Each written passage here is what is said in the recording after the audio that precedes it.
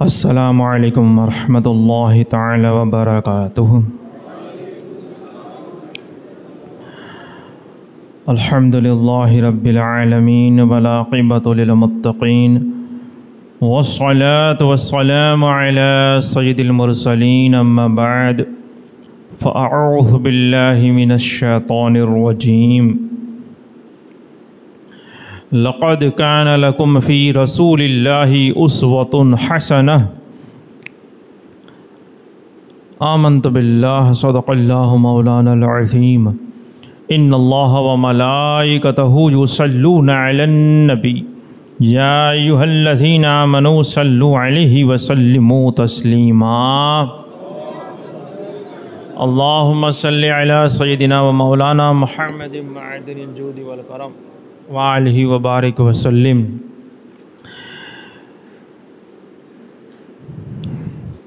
اللہ تبارک و تعالیٰ نے قرآن مجید فرقان حمید میں ارشاد فرمایا، لقد کان لکم فی رسول اللہ اسوۃ حسنہ،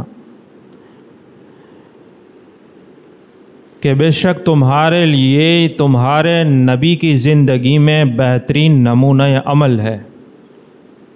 رسول اللہ صلی اللہ علیہ وسلم کی زندگی تمہارے لیے بہترین نمونہ عمل کا مطلب ہوتا کیا ہے؟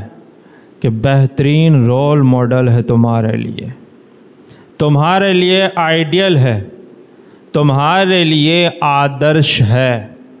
لہذا جس کو بیسٹ بننا ہو، جس کو بہترین انسان بننا ہو، جس کو نیک اور اچھا مسلمان بننا ہو، اس کے پاس صرف ایک ہی راستہ ہے، ادھر ادھر بھاگنے کی اور وہ ٹھوکریں کھانے کی ضرورت نہیں ہے۔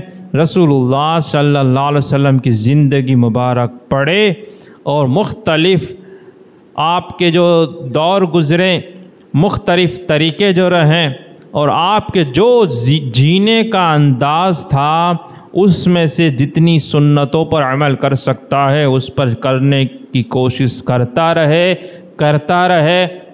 رہے۔ لائف ٹائم کی پروسیس ہے، انشاءاللہ ایک دن ضرور سب سے بہترین انسان بن جائے گا۔ بہترین نہ صحیح، بہترین انسان سب سے تھوڑا زیادہ ہو گیا، کیونکہ پھر ہم سے زیادہ عمل کرنے والے بھی تو لوگ ہوں گے۔ جو جتنا زیادہ حضور کی سیرت پر اور سنت پر عمل کرے گا وہ اتنا ہی زیادہ اچھا اور نیک بنے گا۔ آئی بس سمجھ میں؟ تو انشاءاللہ تبارک و تعالی میں کچھ اس طرح کی باتیں آپ کے سامنے پیش کیے جاتا ہوں، آپ حضرات وہ سنیں اور آپ انشاءاللہ جیسے کہ تصور میں سنتے ہیں، جیسے سن نہیں رہے دیکھ رہے ہیں، گویا کہ ہم دیکھ رہے ہیں۔ کچھ بیان اور کچھ تقریریں اور کچھ لوگ ایسے ہوتے ہیں کہ جب بات کرتے ہیں تو بہت بڑی اچھی باتیں ہوتی ہیں، لیکن بس باتیں ہی ہوتی ہیں، کان تک پہنچتا ہے۔ کچھ ایسے ہوتے ہیں جیسے لگتا ہے کہ گویا کہ ہم سچ میں دیکھ رہے ہیں۔ آج کچھ حضور نبی کریم رؤوف الرحیم سرور دو عالم صلی اللہ علیہ وسلم کی آپ کے اخلاق کریمہ میں سے ایک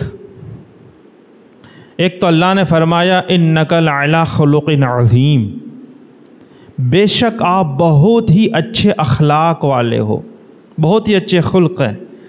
عظیم، جس کو اللہ تعالیٰ جس کے اخلاق کو عظیم اور اچھے کہہ رہا ہو، اس کے خلق کتنے اچھے ہوں گے، کتنے بہترین ہوں گے، اور ہمارے لیے تو نمونہ عمل ہے۔ ان میں سے ایک، بہت سارے اخلاق ہوتے ہیں انسان کے، جیسے گفتگو کرنا ہے، لوگوں سے معاملات کرنے ہیں، صبر کرنا ہے، شکر کرنا ہے، عبادات کرنے ہیں، کھانا ہے، پینا ہے، وغیرہ وغیرہ۔ اس میں سے ایک، آپ کتنے عاجزی اور انکساری، کتنے وہ خاک ساری اور ان کے سارے کے ساتھ، یعنی اللہ نے اتنا کمالات دیا، اتنا مرتبہ دیا کہ انسان کی زندگی میں، انسان میں سب سے اعلیٰ مرتبہ یہ نبیوں کا مرتبہ ہے۔ سب سے بلند مرتبہ درجات جو ہے وہ نبی کا ہوتا ہے۔ نبی سے اوپر اور کوئی مرتبہ نہیں، نبی رسول سے اوپر کوئی مرتبہ آگے نہیں آتا انسانوں کے لیے، اور کچھ بھی نہیں ہے۔ کوئی ولی کیسا بھی ہو نبی سے آگے نہیں بڑھ پائے گا کبھی، بلکہ نبی کے طفیل میں، نبی کے صدقے میں اور نبی کے اتباع میں ہی وہ ولی ہوتا ہے۔ ان میں جب سو سردار ہو نبیوں کا تو کتنا بڑا اعلیٰ و رفع مقام ہوا، لیکن پھر بھی آپ کی عاجزی کے بارے میں جو آپ کی زندگی میں جو آپ نے جو ظاہر ہوئی، بلا تکلف، بناوٹ کے بغیر، دکھاوے کے بغیر، اس میں سے کچھ باتیں ہم انشاءاللہ سننے کی کوشش کریں گے۔ سب سے پہلے رسول پاک صلی اللہ علیہ وسلم کی آواز مبارک کیسی تھی؟ سبحان اللہ، حضور سرور دو عالم صلی اللہ علیہ وسلم کی آواز مبارک نہایت درجے کی پیاری تھی، اور آپ کی آواز اور اس کی مٹھاس تمام آوازوں سے زیادہ حسین اور دلکش تھی، اور کوئی شخص بھی آپ سے بڑھ کر اچھی آواز والا اور میٹھی آواز والا نہیں گزرا۔ کچھ آوازیں ایسی ہوتی ہیں کہ سنائی دیتی ہیں تو آدمی کا دل اس کی طرف کھینچتا چلا جاتا، الگ ہی انسان کو کشش پیدا ہو جاتی ہے، ایک نشہ اور خمار چھا جاتا ہے۔ کچھ آواز ایسی ہوتی ہے کہ سنتے ہی ہم کو لگتا ہے کہ اب یہ بند ہو جائے تو اچھا ہے۔ تو اب اس میں حضور سرور دو عالم صلی اللہ علیہ وسلم کی آواز کے کیا کہیے، اور آپ کی آواز مبارک کے بارے میں آتا ہے اصدق الناس لہجتاً۔ اس کا معنی ہے کہ آپ کی زبان مبارک جو ہے اور آپ کی جو بات جو آپ فرماتے تھے اور جو الفاظ جو آپ کی زبان مبارک سے ادا ہوتے تھے، اس میں سب سے زیادہ مخارج کے ساتھ آپ ادا فرمانے والے آپ ہوا کرتے تھے، اور اس کا جس طرح سے الفاظ نکالنے کا، لفظ کا تلفظ جو ادا کرنے کا اور مخارج کے ساتھ بولنے کا جو حق بنتا تھا، وہ سب سے زیادہ، سب سے صحیح، سب سے درست اور سب سے بہتر یہ رسول اللہ صلی اللہ علیہ وسلم ادا فرمایا کرتے تھے۔ آج تک حضرت شیخ عبدالحق محدث دہلوی فرماتے ہیں، آج تک کوئی ایک بھی جس طرح حضور جتنے مخارج اور فصاحت اور بلاغت سے الفاظ کی ادائیگی اور گفتگو فرماتے تھے، آج تک کسی کو اس پر قدرت نہ ہوئی کہ اس طرح سے بات کر سکے اور اس طرح درست مخارج کے ساتھ آپ پڑھ سکیں۔ اور یہ بھی کہا گیا ہے فصاحت کے بارے میں کہ خود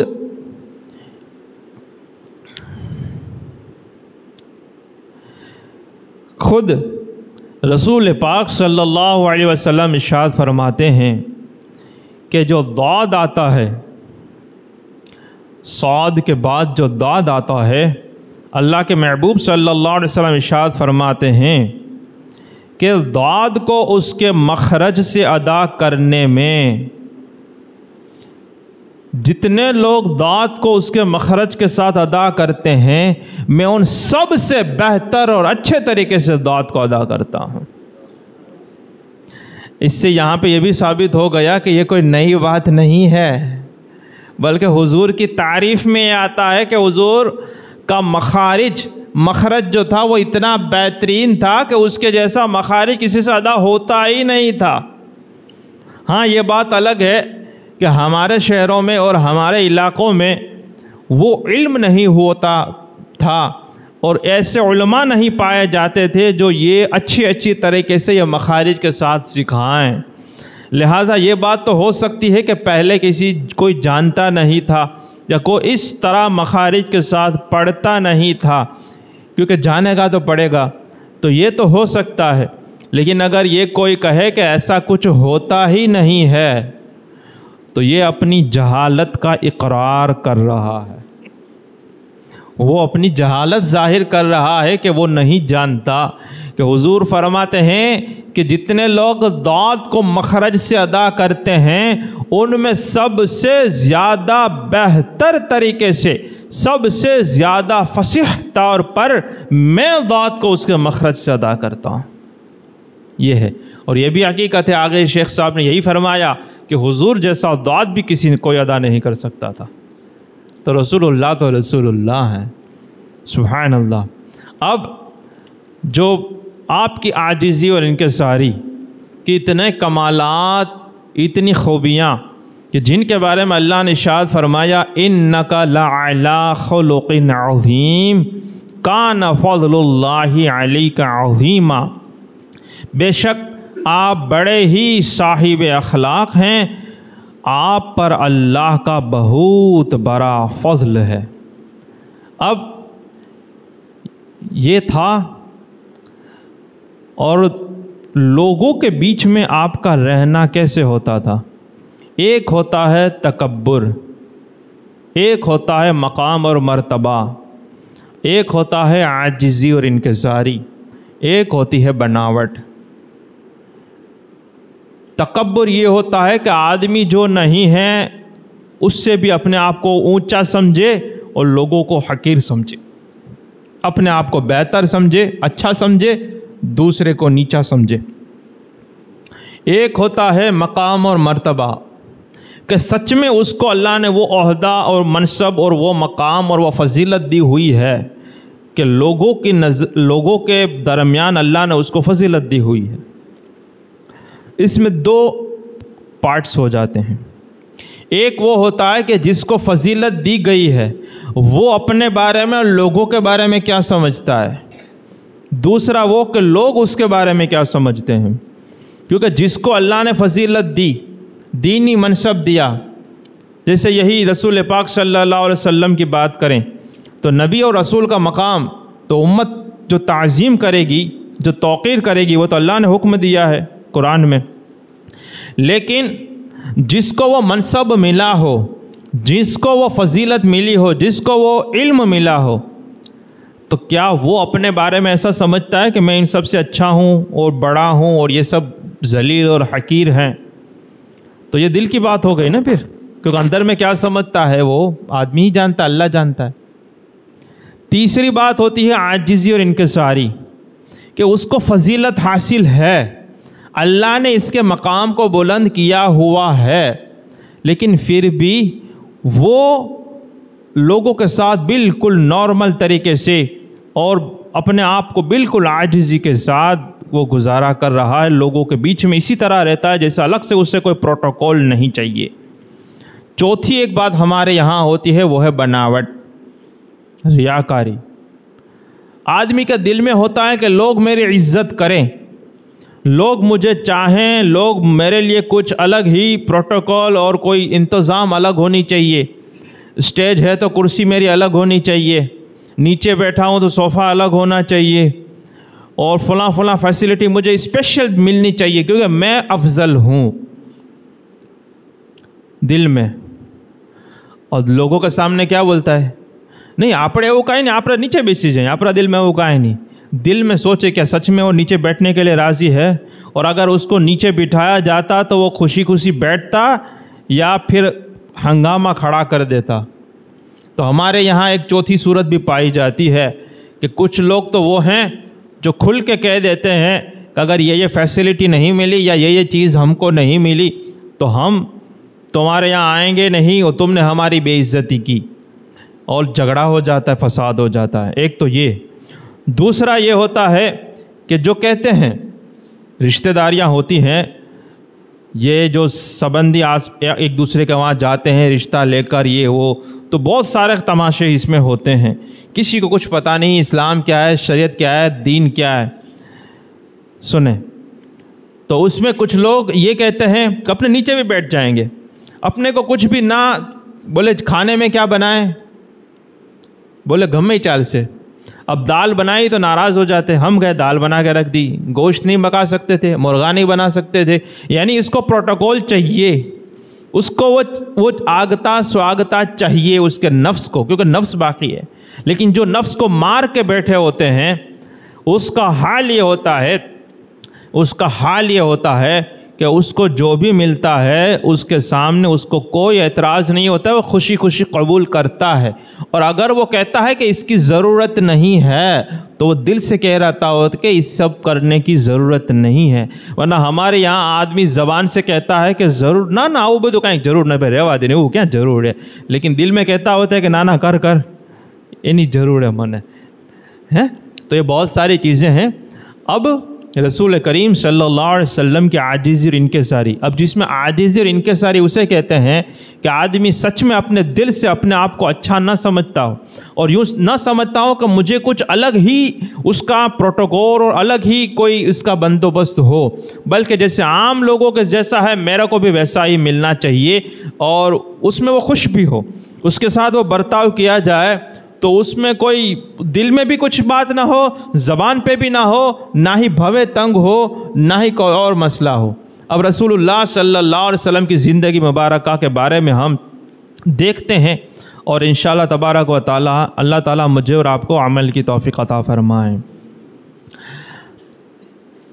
حضرت ابی امامہ رضی اللہ عنہ سے مروی ہے، انہوں نے فرمایا کہ رسول خدا صلی اللہ علیہ وسلم عصا پر ٹیک لگائے ہمارے پاس تشریف لائے تو ہم آپ کے لیے کھڑے ہو گئے.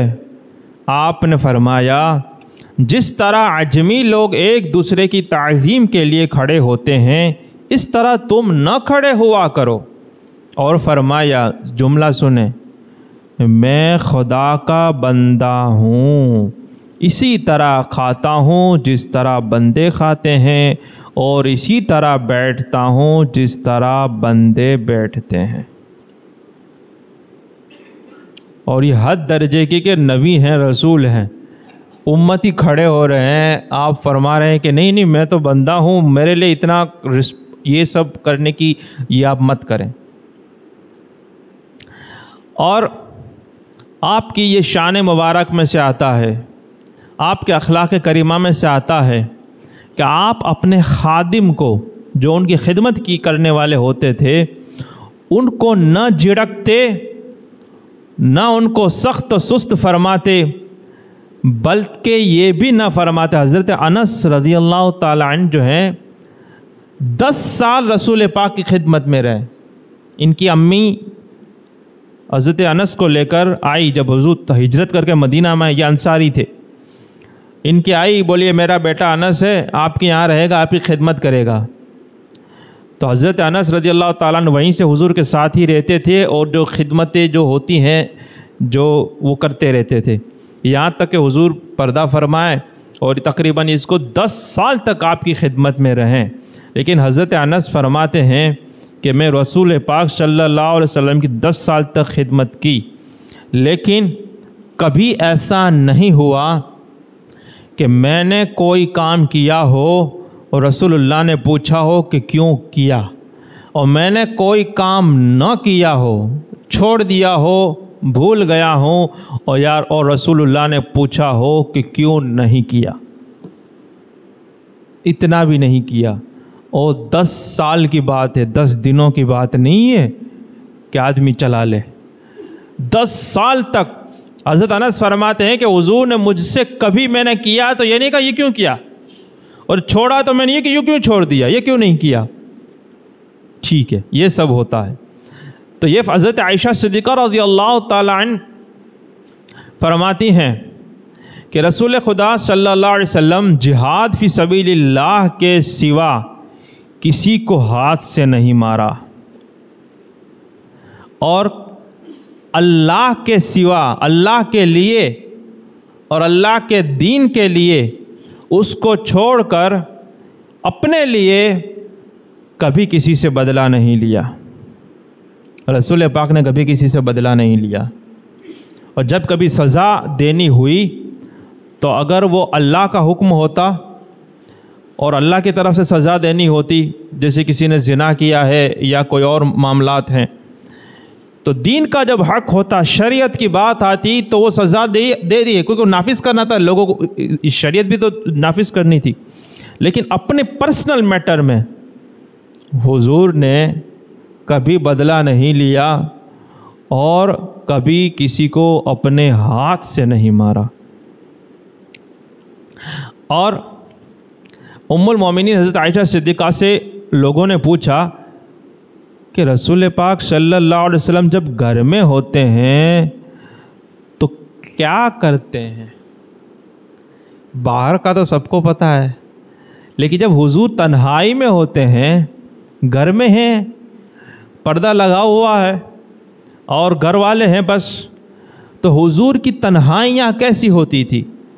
حضور کی خلوت جس کو کہتے ہیں، وہ کیا کرتے تھے حضور صلی اللہ علیہ وسلم؟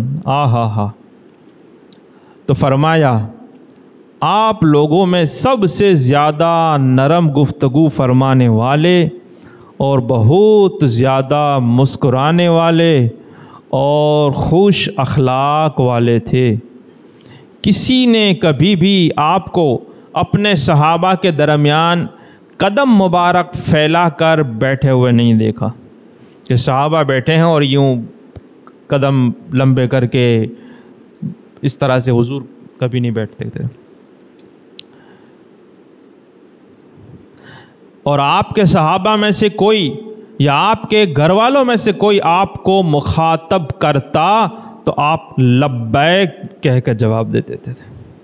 لبیک یعنی کہ میں حاضر ہوں. فرمائیے کون کہہ رہا ہے یار؟ اب حضور اکرم صلی اللہ علیہ وسلم کہ حسن معاشرت میں یہ ہے کہ آپ لوگوں کی دل جوئی فرماتے. دل جوئی سمجھتے ہو؟ لوگوں کو خوش رکھنے کی کوشش کرتے. اب سب لوگوں کا یہ ہوتا ہے، کوئی چھوٹا ہے، کوئی بڑا ہے، کوئی امیر ہے، کوئی غریب ہے، کوئی پریشان حال ہے، کوئی بیمار ہے، کوئی تندرست ہے. تو کبھی کبھی یہ ہوتا ہے کہ لوگ الگ الگ طریقے سے ان کے چہرے پر مسکراہٹ آتی ہیں. دل جوئی کا مطلب ہوتا ہے کہ ایسی کوشش کی جائے کہ وہ سامنے والا آدمی ہم سے مل کر راضی ہو جائے. یعنی شریعت کی حد میں آج کل جو چل رہا ہے، منافقت والی بات نہیں ہے کہ کفر و شرک، گالیاں، کچھ بھی بکا جا رہا ہے. اب وہ سامنے والا شراب پینے سے یا خوش ہو رہا ہے تب یہ دے رہے، اس کا یہ مطلب نہیں ہے. حدود کی یہ سمجھ رہے ہو نا، یہ ساری چیزیں تو رہتی ہیں. تو فرماتے ہیں کہ یہ دل جوئی فرمایا کرتے تھے لوگوں کی اور ان سے بیزاری کا اظہار نہیں فرماتے تھے. اور آپ ہر قوم کے سردار کی عزت کرتے اور ان کو انہی پر حاکم مقرر فرماتے. جب کوئی قوم ایمان لے آتی تو اس کا جو پرمکھ ہوتا اور اس کا جو سردار ہوتا، ایمان اگر وہ لے آتا تو اس قوم کا سردار اسی کو بنا کے رکھتے، اسی کو بنائے رکھتے. اب تو ہی سردار رہے. زمانہ کفر میں ان لوگوں کا تو سردار تھا، اب زمانہ ایمان میں بھی تو ان لوگوں کا سردار رہے. کہ حضور کے اخلاق ہوا کرتے تھے، بہترین حکمت تھی اس میں. اور آپ اپنے صحابہ کے احوال کی جستجو فرماتے. اگر کوئی صحابہ کرام کچھ دن نہ دکھتا تو پھر پوچھتے کہ ان کا کیا حال ہے، سب خیریت تو ہے. یہ ہیں اخلاق. اور ان کی دلجوئی کرتے، اور جب لگتا کہ ایسی کوئی معاملات ہے تو پھر وہ دلجوئی بھی فرمایا کرتے. اور اپنی التفات اور عنایت کا حصہ اپنے تمام ہم نشینوں کو مرحمت فرماتے. حضور کے اخلاق کریمہ میں سے یہ بھی آتا تھا کہ حضور کے آس پاس جتنے لوگ ہوتے صحابہ کرام جو آپ کے ساتھ ملتے جلتے بیٹھتے اٹھتے چلتے رہتے تھے، حضور صلی اللہ علیہ وسلم سب کے ساتھ ایسے اخلاق سے پیش آتے تھے کہ سب کو لگتا کہ رسول پاک کے سب سے زیادہ قریب میں ہی ہوں. یہ کمال درجے کا اخلاق ہے کہ سب کو لگے کہ حضور کو سب سے زیادہ پیارا میں ہی ہوں، نبی صلی اللہ علیہ وسلم کو سب سے زیادہ فیورٹ میں ہی ہوں، ان کے سب سے زیادہ پیارا اور بہترین اور قربت رکھنے والا میں ہی ہوں. سب سے اس طرح سے آپ وہ معاملہ فرمایا کرتے، اس طرح سے بات چیت فرمایا کرتے. اور مجلس کا جو حق ہوتا ہے آس بیٹھنے والا، سب کے ساتھ برابر حق رہتا. ایسا نہیں کہ کسی ایک یا دو سے بات ہو رہی ہے اور باقی سب کو اگنور کیا جا رہا ہے. جیسے متکبر لوگوں کا طریقہ رہتا ہے کہ جب آپ ایسے کئی امیر کبیر بہت ہے بھائی اس کے پاس، اب تم کبھی بیٹھنے کا، پہلے تو بیٹھنے نہیں دیں گے، تم کو بھگا دیں گے، کیا کام، یوں بسو کام ہے، تم یوں تو نکال دیں گے، جاؤ.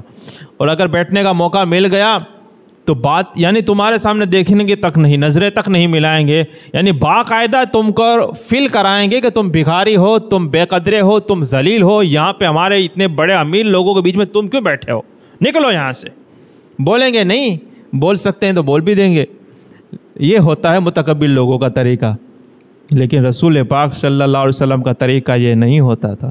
رسول اللہ صلی اللہ علیہ وسلم کا طریقہ یہ ہوتا تھا کہ جتنے لوگ بیٹھتے سب کو اسی طرح لگتا تھا کہ یہ جو بات ہو رہی تھی وہ حضور مجھ سے ہی کر رہے تھے، ایسا لگتا تھا. صحابہ جتنے بیٹھتے ان کو لگتا کہ یہ مجھے ہی کہہ رہے تھے اور مجھ سے ہی وہ بات فرما رہے تھے، اور سب کو لگتا تھا کہ یہ میں ہی حضور سے سب سے زیادہ فیورٹ اور سب سے زیادہ پیارا اور سب سے زیادہ قریب ہوں. یہ حضور کا اخلاق ہے. اور آپ کو جان کر خوشی بھی ہوگی اور شاید حیرت بھی لگے کہ جو لوگ حضور کی سنت کو اپناتے ہیں اور عمل کی کوشش کرتے ہیں اور جو فنا فی رسول بن جاتے ہیں ان میں بھی یہ اخلاق پایا جاتا ہے. پھر وہ اپنا رہتا ہی نہیں ہے، ساری چیزیں انہی کی آ جاتی ہیں. تو یہ چیزیں ممکن ہے. ایسا نہیں کہ ایسا کیسے آدمی سوچ کے لگے ایسا کیسے ہو سکتا ہے، سب کو لگے میں ہی اچھا ہوں، سب کو لگے میں ہی حضور کی بارگاہ میں، سب کو لگے مجھ سے ہی بات کر رہے تھے. یہ ممکن ہے. اسی طرح سے جب آپ سے کوئی گفتگو فرماتا، آپ کی خدمت میں کوئی عرصہ کوئی بیٹھتا بات کرنے لگتا، تو آپ اس وقت تک اس سے پاس سے نہ اٹھتے جب تک وہ خود نہ اٹھ جاتا. اتنی لوگوں کو اہمیت دی جاتی تھی. اور جب کوئی آپ کے کان میں کوئی بات کرتا، کبھی کوئی ایسی بات ہوتی نا، راز کی بات ہوتی ہیں کہ آدمی آہستہ سے یوں کان کے قریب یوں منہ لگا کر ایسے بات کرتا ہے نا، تو ایسا ہوتا ہے. میں نے کیا کہا تھا جمعہ میں یاد ہے کہ رسول اللہ صلی اللہ علیہ وسلم انسان تھے تو انسانی فطرت کے ساتھ جتنی چیزیں لگی ہوئی ہیں سب حضور نے بھی تو ادا فرمائی. تو ہم بھی وہ کرتے ہی ہیں، ایسا نہیں ہے.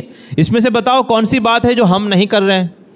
ہم بیٹھتے بھی ہیں، گفتگو بھی کرتے ہیں، ہمارے لوگوں کے ساتھ معاملات بھی رہتے ہیں، راز کی بات بھی ہم سنتے بھی ہیں، کہتے بھی ہیں. کئی باتیں ہوتی ہیں سب کو نہیں کہتے، ایک یا دو آدمی کو کہتے ہیں، کان میں جا کر کہتے ہیں. تو فرماتے ہیں کہ جب رسول اللہ صلی اللہ علیہ وسلم کو کوئی گوش مبارک میں، کان مبارک میں کوئی بات راز کی بات کرتا تو آپ سر مبارک نہ ہٹاتے یہاں تک کہ وہ خود اپنا منہ نہ ہٹا لے. سنتے رہتے برابر اس کی بات کیا کہتا ہے. جب وہ خود بات پوری کر کے اپنا منہ ہٹاتا پھر آپ اپنا سر ہٹا دیتے. ایسی پیارے اخلاق ہیں. اور کوئی جھڑک دیتا ہے، کان مسو کہ وہ تو بدانی سامنے کے نا، یہ کوئی اچھی بات نہیں ہے. یہ سب کوئی اور طریقے ہیں. اور جب کوئی آپ کا کوئی دست مبارک، ہاتھ مبارک اگر ملتا اور پکڑ لیتا، ملاقات کے وقت اگر کوئی نے کسی نے ہاتھ پکڑ لیا ہے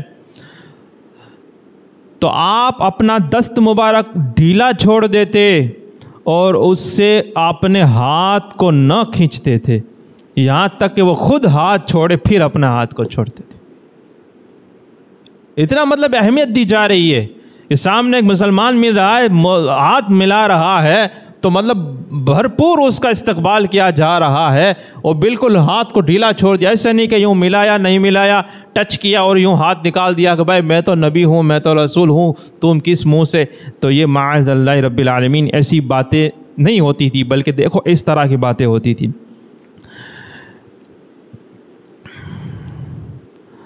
اور آپ لوگوں کے بمنزل یہ باپ کے ہیں، بلکہ اس سے بھی زیادہ شفیق اور مہربان ہیں.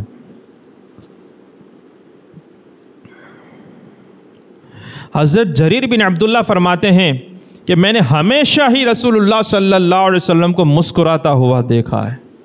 جب بھی حضور کے پاس گیا ہوں مسکراتا ہوا دیکھا ہے، اور کبھی بھی آپ کو اپنے صحابہ کے سامنے اپنا زانوئے مبارک کو پھیلاتے نہ دیکھا. اور جو بھی آپ کے پاس آتا آپ اس کا اعزاز فرماتے اور اس کے لیے اپنی چادر مبارک پھیلاتے اور اس کے لیے ایثار فرماتے، اسے سرہانے بٹھاتے اور خود نچلی جانب تشریف رکھتے اور کسی بات کو نہ کاٹتے۔ جب کوئی صحابی بات کر رہا ہوتا رسول اللہ صلی اللہ علیہ وسلم کسی کی بات نہیں کاٹا کرتے تھے جب تک بہت ہی زیادہ لمبی گفتگو نہ ہو جائے۔ بات کاٹنا بھی اچھی بات نہیں ہے، سامنے کوئی بولتا ہے تو بولنے دیا جائے، اس کی باتیں سنی جائیں۔ اور اگر بہت زیادہ لمبی گفتگو ہو جاتی تو پھر آپ یہ فرماتے کہ آپ کھڑے ہو جاتے یا کسی اور طرح سے بات کو ختم کرتے۔ اور کبھی آپ نماز میں ہوتے، کوئی ملنے کے لیے آتا تو آپ نماز کو ہلکا کر دیتے، جلدی ختم فرماتے، کیونکہ وہ آیا ہوا ہے ملنے کے لیے، نماز کو ہلکا کر رہے ہیں۔ اور پھر اس سے پوچھتے کہ کیا حاجت ہے، کیوں تشریف لانا ہوا۔ اب جب وہ اپنی بات رکھتا تو اس کی حاجت کو پوری فرماتے اور پھر نماز میں پھر مشغول ہو جاتے۔ اور ناداروں کی، جن کے پاس کچھ نہیں ہوتا ہے، وہ جب بیمار ہوتے تو حضور اس کی عیادت کو تشریف لے جاتے، ان کے گھر پہ جاتے کہ بھئی کیسی طبیعت ہے، دیکھنے کے لیے تشریف لے جاتے، جس کو عیادت کہتے ہیں۔ اور اس کی بہت فضیلت آئی ہوئی ہے، صرف عمل ہی نہیں کیا، اس کی فضیلت بھی بیان کی کہ جب مسلمان بیمار ہوتا ہے تو اس کو دیکھنے جانا، عیادت کرنا، یہ کتنی بڑا ثواب کا کام ہے۔ اور مسکینوں کے ساتھ بیٹھ جایا کرتے۔ اور غلام جو 1 روپے کا مالک نہیں، غلام اسے کہتے ہیں کہ وہ خود بھی کسی کا خادم ہونا، نوکر ہونا الگ بات ہے، غلام اسے کہتے ہیں کہ اس کا آقا کوئی ہوتا ہے، یہ اس کا کوئی مالک ہوتا ہے، اس کا کچھ نہیں ہوتا، نہ مکان ہوتا ہے اس کا، نہ کچھ بھی کسی چیز کا مالک ہی نہیں ہوتا ہے۔ وہ غلاموں اگر وہ دعوت دیتے تو وہ حضور اس کی بھی دعوت کو قبول فرما لیا کرتے تھے۔ اور ان کی دعوت میں کیا ہوتا، بھائی مال تو ہے نہیں، جو کی روٹی اور پگھلی ہوئی پرانی چربی ہوتی تھی، تو آپ اس کو بھی قبول فرما لیتے تھے۔ یہ نہیں کہ یہ نہیں چلے گا، وہ نہیں چلے گا، معاذ اللہ رب العالمین۔ اور اپنے صحابہ کے ساتھ گل مل کر بیٹھتے، اور مجلس کے آخری کنارے پر اگر جگہ ہوتی تو وہاں پر آپ تشریف لے رکھ جاتے۔ اور آپ سواری پر سوار ہونا ہوتا تو کبھی دراز گوش، ہمارے یہاں جس کو گدھا کہتے ہیں، اس کے کان لمبے ہوتے، دراز گوش کہتے ہیں، کیونکہ وہ حضور سے نسبت ہو گئی نا، تو گدھا بولنے میں بے ادبی لگتی ہے۔ تو علماء کا طریقہ رہا ہے کہ جب حضور کی جب بات ہو رہی ہو تو وہ وہاں پہ گدھا کا لفظ استعمال نہیں فرماتے، وہاں دراز گوش فرماتے۔ اب سمجھ گئے، دراز گوش حمار بھی کہتے ہیں عربی میں۔ تو حضور دراز گوش پر سواری بھی فرماتے، گورو اونٹنی پر تو سواری رہی ہے لیکن دراز گوش پر بھی رہی ہے۔ اور پھر جب سوار ہوتے تو کسی اور کو بھی اپنے ساتھ سواری پر بٹھا لیتے تھے، یعنی نبی ہیں، رسول ہیں، اور دراز گوش اگر سواری اور نہیں ہے، یعنی عمدہ سواری نہیں ہے، ایسا نہیں کہ کار ہی چاہیے گی، سائیکل بھی چلے گی، سمجھے بات کو؟ یہ آج کے زمانے کے اعتبار سے کہ ایسا نہیں کہ ہم اتنا بڑے ہم ہو گئے تو ہم کو کار چاہیے یا فلاں ٹائپ کا اسکوٹر یا موٹر سائیکل، تبھی ہم جائیں گے۔ سائیکل اگر میسر آ گئی، سواری کی ضرورت ہے تو وہ بھی چلے گی۔ اور پھر چلنا ہے تو پھر ایسا چلنا ہے کہ کسی کو بٹھا بھی لینا سائیکل پر، ڈبل سواری میں۔ یہ ہے حضور کے اخلاق، اس طرح سے اسلام پھیلتا ہے۔ اور صحابہ کرام نے ان کو نظروں سے دیکھا۔ یہ کوئی کتھا وارتا یا کہانیاں نہیں ہیں، یہ حقیقت ہے۔ اور ایک ایسی باتیں اس میں آتی ہیں، میں انشاءاللہ کچھ آپ کو بارگاہ میں پیش کرتا ہوں اور اپنی بات کو ختم کرتا ہوں کہ بنی قریظہ کے دن آپ ایسے دراز گوش پر سوار تھے جس کی لگام رسن کی تھی، اور پالان یعنی سواری کی نشست گاہ جو بیٹھنے کی ہوتی ہے سواری پر، یہ کھجوروں کے پوست کی تھی۔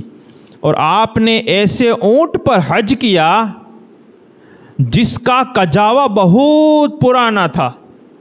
کجاوا سمجھتے ہو؟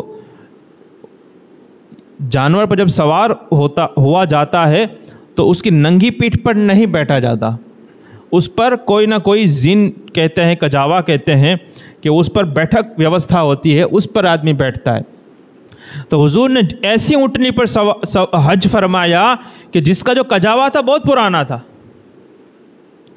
اچھا، یہ اپنے لیے استعمال کرنا تھا تو یہ معاملہ تھا، اب یہ کہ کیا مال نہیں تھا، ان کے پاس پیسے نہیں تھے، اور اس پر 4 درہم کی چادر پڑی ہوئی تھی۔ 4 درہم یعنی بہت معمولی ہوا، یوں سمجھے گا 4 پیسہ سمجھ لیں آپ، کہ پرانا کجاوا، 4 درہم کی چادر۔ اب کسی کے تصور میں آئے کہ شاید مال بال نہیں ہوگا اس لیے یہ مجبوری میں ہوگا، کیونکہ ہمارے یہاں ایسا ہی ہوتا ہے، جب تک مال نہیں ہوتا تو بہت عاجزی انکساری کی بات ہوتی ہے، جیسے ٹھن شروع ہوتا ہے تو پھر تماشے شروع ہو جاتے ہیں۔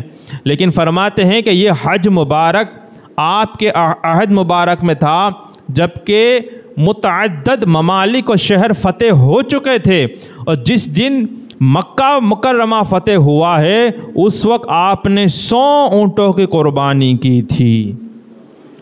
قربانی 100 اونٹوں کی ہو رہی ہے، لیکن پرسنل خرچہ اتنا معمولی سا ہو رہا ہے۔ یہ ہیں اخلاق۔ اور جب آپ مسلمانوں کے لشکر کے ساتھ فتح مکہ کے دن مکہ شریف میں آپ کی انٹری ہوتی ہے، اب بتائیں جنہوں نے وطن سے نکالا ہو، آج ان کو، ان کے ماننے والے کو، جب فتح ہو رہا ہے اور یہ سارے لوگ ادب باندھ کے کھڑے ہیں اور یوں کانپ رہے ہیں، تو آدمی کس شان سے جائے گا؟ اور بادشاہ جب جائے گا تو کیسے یوں سینہ تان کر یوں کر کے جائے گا نا۔ لیکن رسول اللہ کی شان یہ تھی کہ رسول اللہ صلی اللہ علیہ وسلم جب ان کا داخلہ ہوا فتح مکہ کے دن، تو آپ نے شکرانے کے طور پر یہ کجاوے پہ جہاں بیٹھے ہوئے تھے، سیاہ کلر کا، کالے کلر کا امامہ شریف تھا آپ کے سر پر، اور اللہ کے شکرانے کے طور پر اپنے سر کو اتنا جھکایا کہ جو آگے کجاوے کی جو لکڑی ہوتی ہے اس میں آپ کا سر ٹچ کرنے لگا تھا، اتنا آپ نے سر کو جھکا دیا۔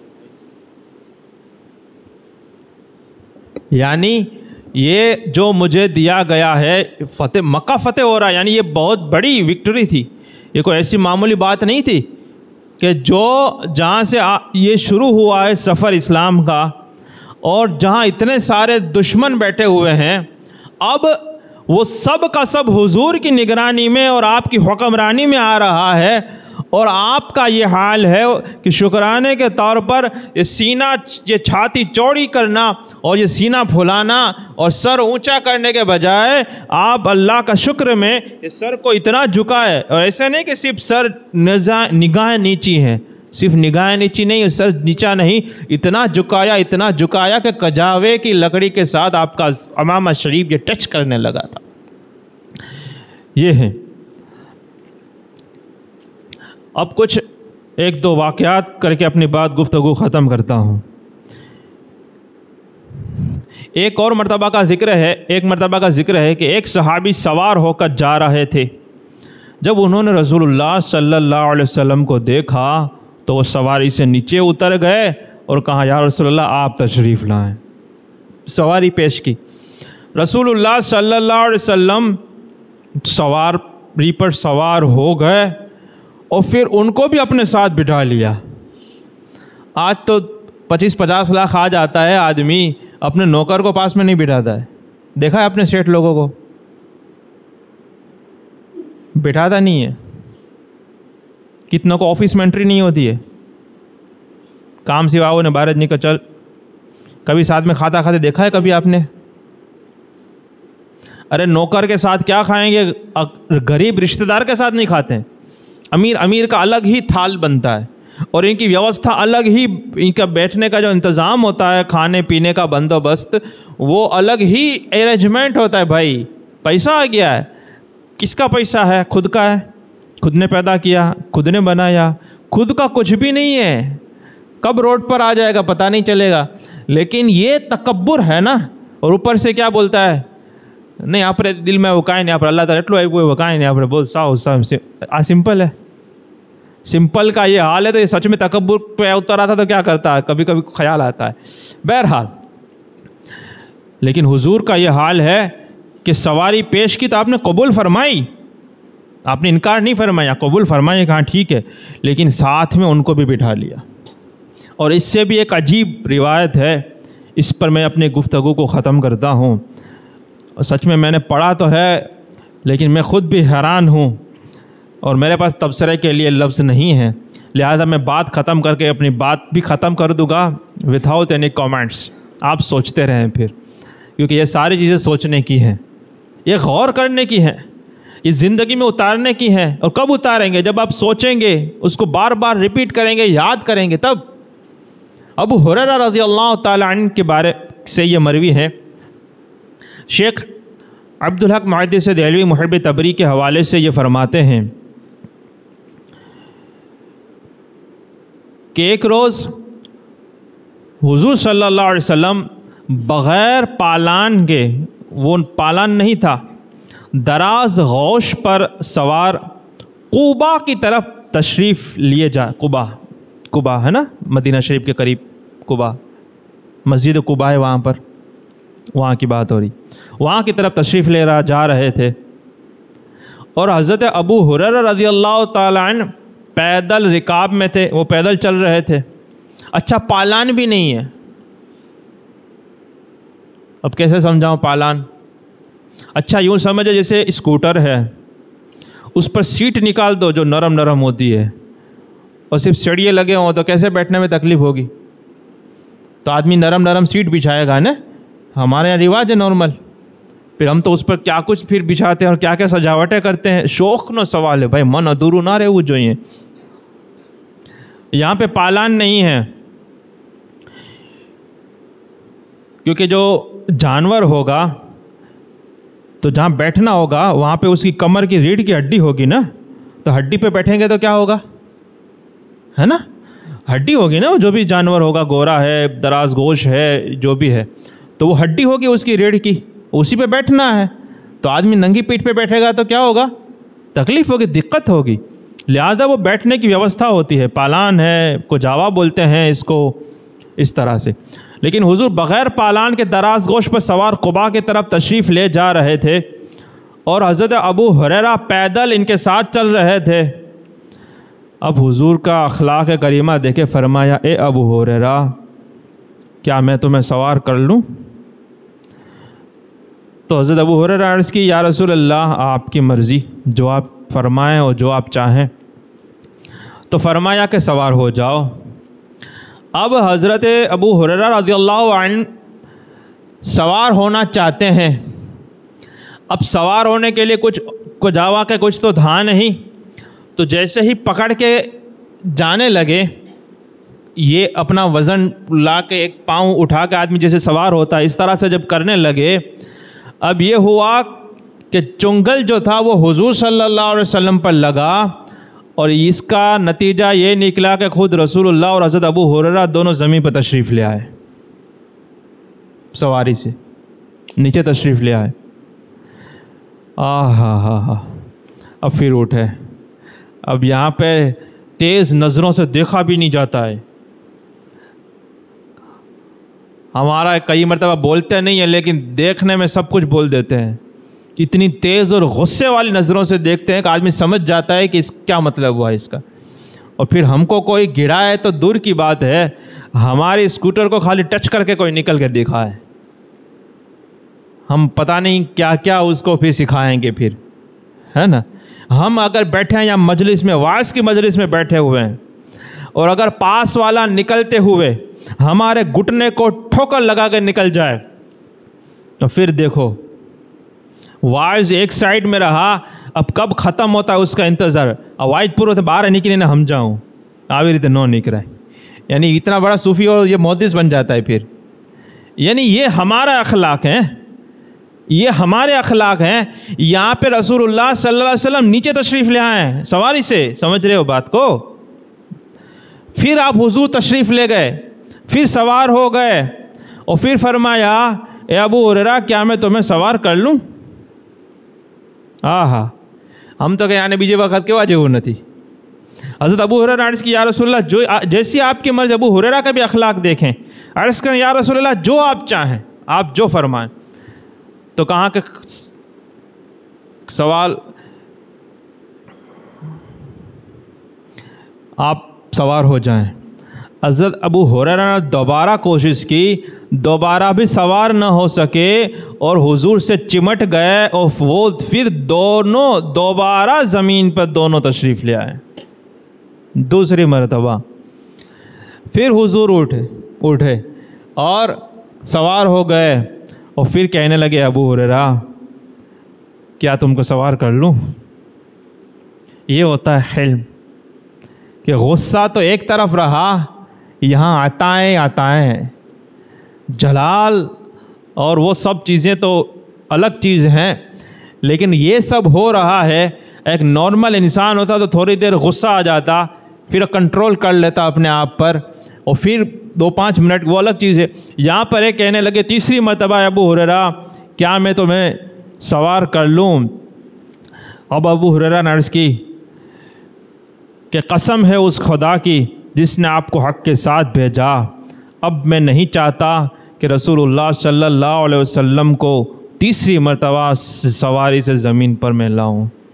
اب مجھ میں ہمت نہیں کہ میں 2 مرتبہ مجھ سے یہ غلطی ہو گئی اور یہ میرے ساتھ آپ کے ساتھ یہ ہو گیا, اب میں تیسری مرتبہ کی یہ طاقت نہیں رکھتا ہوں, لہٰذا میں اب نہیں چاہتا ہوں, میں چل رہا ہوں.